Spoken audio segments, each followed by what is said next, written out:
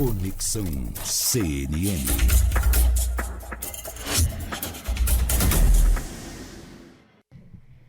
Conexão CNN, aqui no CNN Manhã.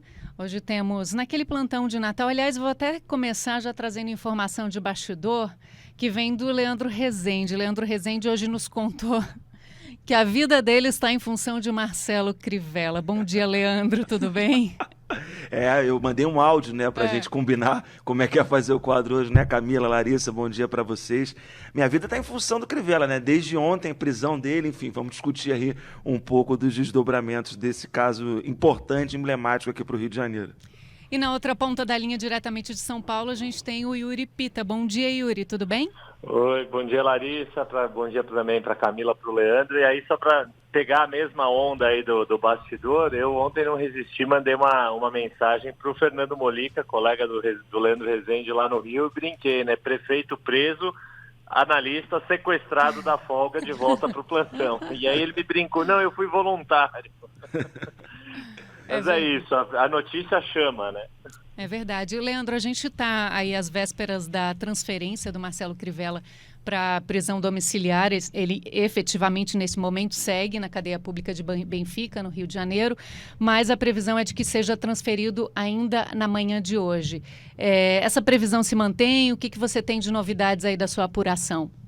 Olha, Camila, se mantém essa previsão, a expectativa da defesa é de que ele seja solto a qualquer momento, vá para casa, né, cumprir essa prisão domiciliar. E o que está atrasando, isso eu até conversei com advogados que não são necessariamente ligados a esse caso, mas que ajudam a gente a tentar entender e explicar melhor para o nosso ouvinte o que está acontecendo. O que está atrasando nesse momento? Está em plantão, né? Todo mundo está trabalhando em regime de plantão, então a justiça, o sistema penal está com menos servidores. Então, para o cumprimento dos trâmites burocráticos dessa transferência, isso está levando um pouquinho mais de tempo. A decisão do ministro Humberto Martins, que colocou o Crivella em prisão domiciliar, colocou algumas obrigações ali que precisam ser cumpridas. O Crivella precisa informar um endereço fixo, onde ele vai morar efetivamente, né, para cumprir essa prisão, proíbe o Crivella de manter contato com qualquer pessoa que não seja familiar próximo ou profissional de saúde e advogados,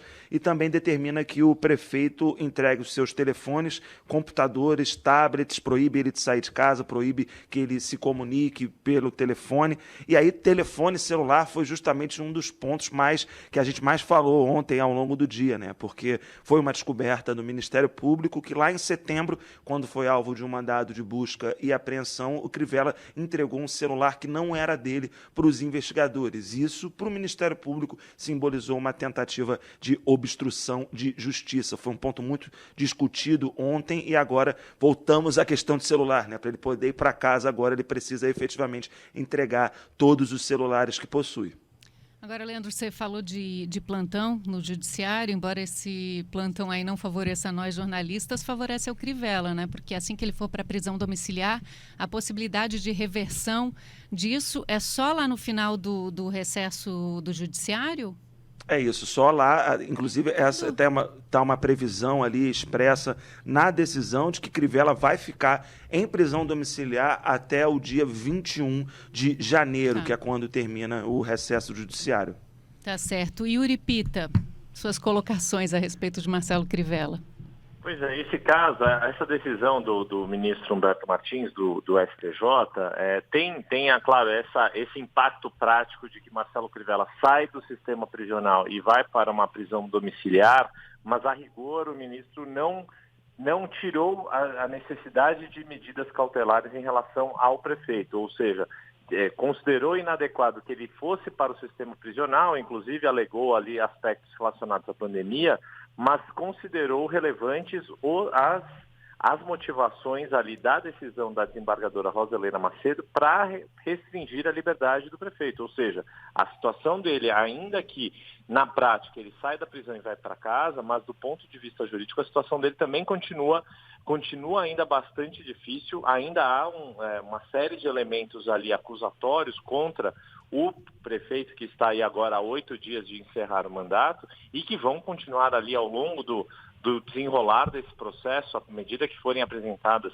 denúncias, se converterem em réu, etc., que deixam a situação dele muito difícil e muito improvável que ele consiga manter a sua carreira política ou sem grandes entraves. Quer dizer, qualquer pretensão dele de eventualmente se recandidatar à prefeitura daqui a 4 anos ou tentar algum cargo para governador ou mesmo para o Senado, ao qual ele já foi eleito 10 anos atrás, isso está praticamente inviabilizado, dada a robustez dos elementos levantados pelo Ministério Público e que o apontam, utilizando inclusive uma teoria jurídica que foi evocada lá na época do Mensalão pelo Supremo Tribunal Federal, chamada teoria do domínio do fato, para apontá-lo como chefe, como líder dessa organização que teria cometido crimes dentro da Prefeitura do Rio de Janeiro de desvio de dinheiros. E Rafael Alves, que é o empresário que foi apontado como operador, seria o que os procuradores promotores ontem afirmaram, longa mano, seria a extensão da mão de um cérebro da atividade criminosa que seria acusado pelo Ministério Público o prefeito Marcelo Crivella. Agora, ontem, terça-feira, uma série de autoridades políticas se manifestaram a respeito da prisão do Marcelo Crivella e, curiosamente, ou não, a maior parte deles se posicionou contrário, né, a essa prisão. É o caso, por exemplo, de Rodrigo Maia, que considerou a prisão arbitrária. Eu gostaria de saber de você, Leandro, de que forma isso está repercutindo aí na política do Rio de Janeiro especificamente, especialmente porque a gente está, como o Yuri bem lembrou, há pouco mais de, 8 dias do início de um novo mandato na administração municipal. O que você destaca aí de manifestações políticas no Rio de Janeiro especificamente, Leandro?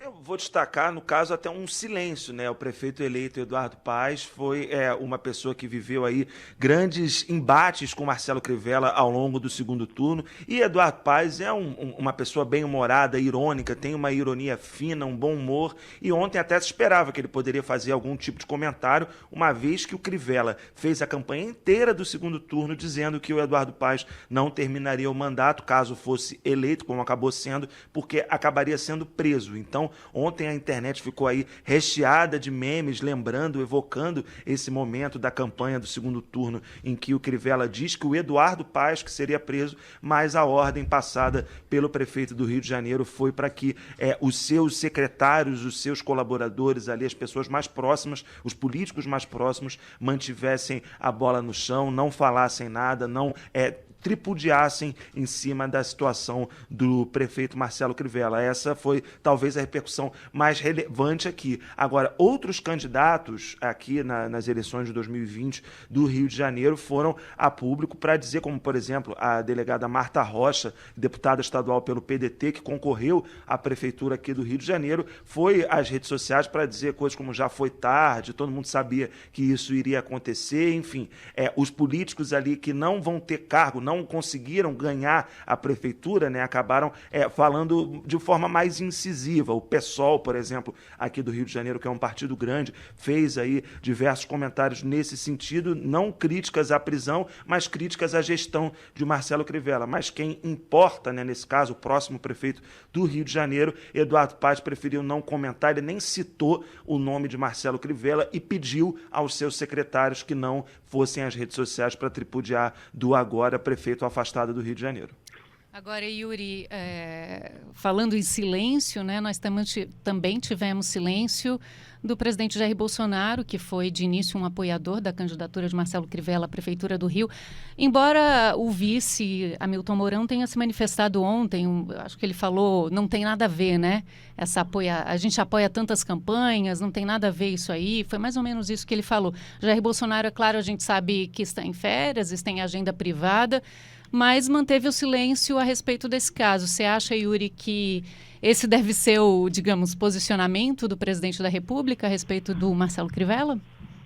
Sim, inclusive porque isso é o que a gente chama aí de tentativa de descolamento, né? Mas é inegável, se o vice-presidente Hamilton Mourão diz que isso não atinge o governo diretamente, mas o impacto direto é em relação ao próprio presidente Jair Bolsonaro e à família Bolsonaro como um todo. Dado que dos 3 filhos do presidente que estão na política, 2 são justamente filiados ao mesmo partido de Marcelo Crivella, os Republicanos.